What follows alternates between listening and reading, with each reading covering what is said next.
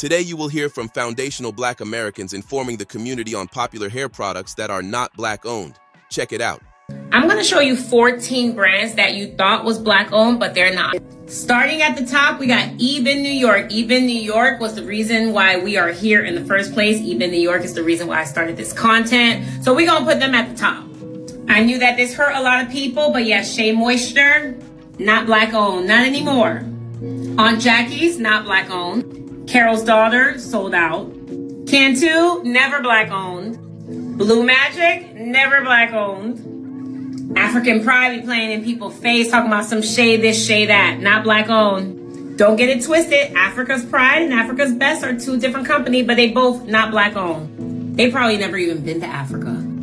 Kuza Hair, not Black owned. Tropic Isle Living. I was very disappointed because they went with the ops. They're actually with Eben. Eben acquired them. As I Am, not Black owned. Cream of Nature, never Black owned, owned by Revlon.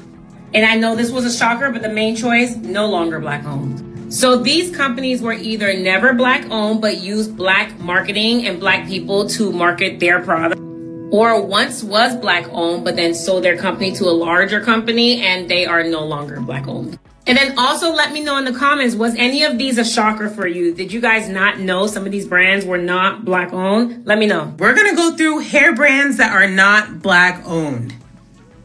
And the list is extremely long. We're going to go through it. Let's go. First off, we have African Pride. No African. We have Dark and Lovely. Okay. Soft and Beautiful. Elasta OP.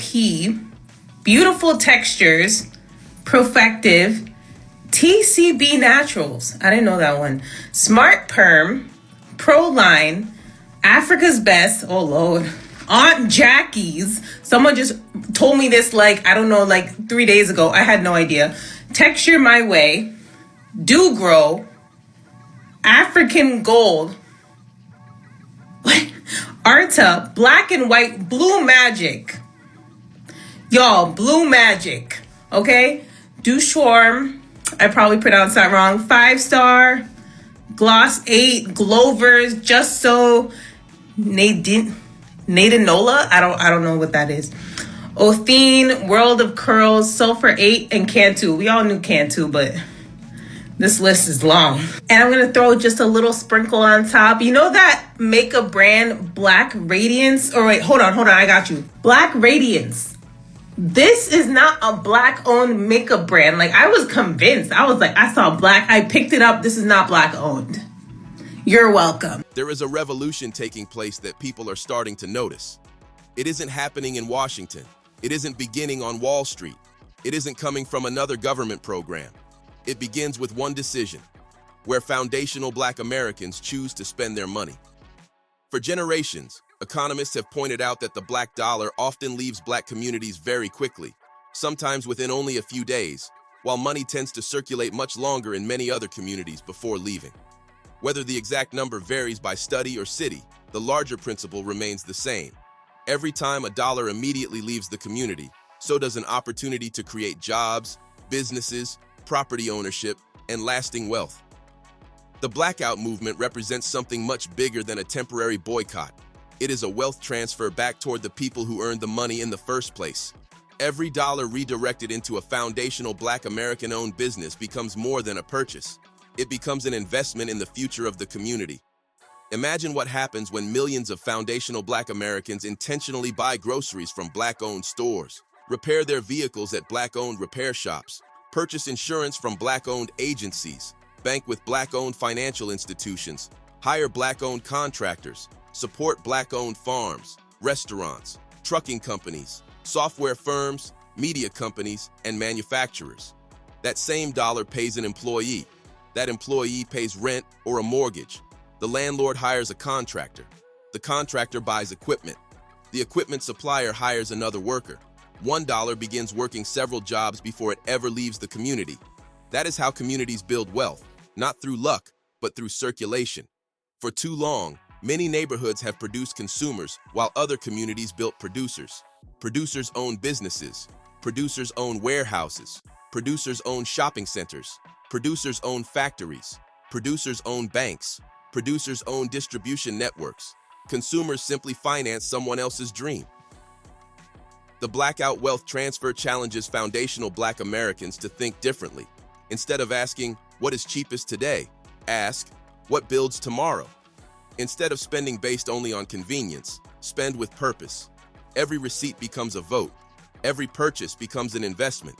Every business supported becomes another pillar standing inside the community. Think about the long-term effects if this mindset continues year after year. New grocery stores can open in neighborhoods that have been called food deserts. More construction companies can hire young men and women entering the skilled trades. Black-owned banks may have greater capacity to lend to entrepreneurs. Technology companies can hire engineers. Media companies can tell stories from perspectives often overlooked. Manufacturing businesses can create products instead of only importing them. Farmers can supply restaurants and grocery stores. Transportation companies can move goods across the country.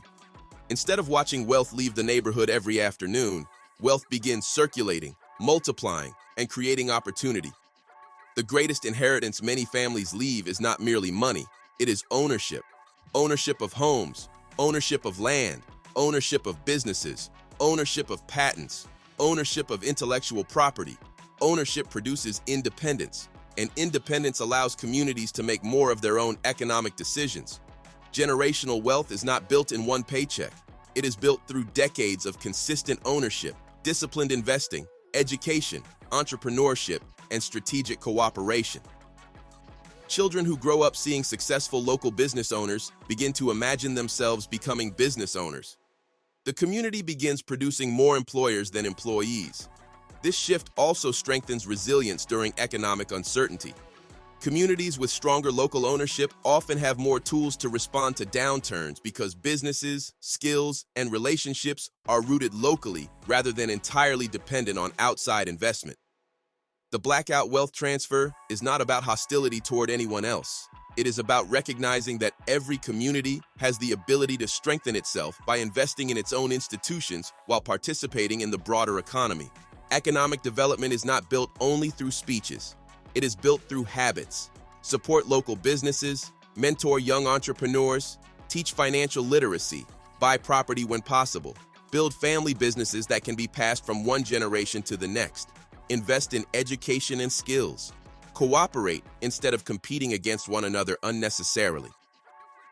If enough foundational Black Americans consistently adopt these practices, the effects may extend well beyond individual households. More businesses could mean more local employment, a broader tax base, greater neighborhood investment, stronger institutions, and increased opportunities for future generations.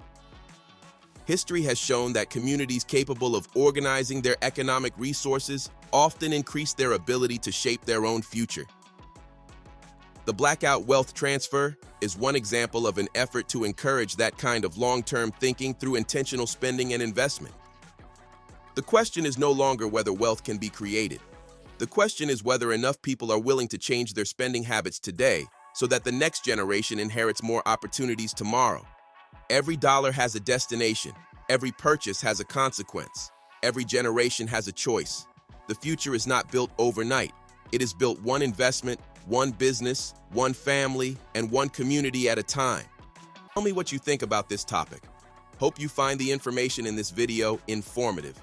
Feel free to like, subscribe, share, comment. Thanks for watching.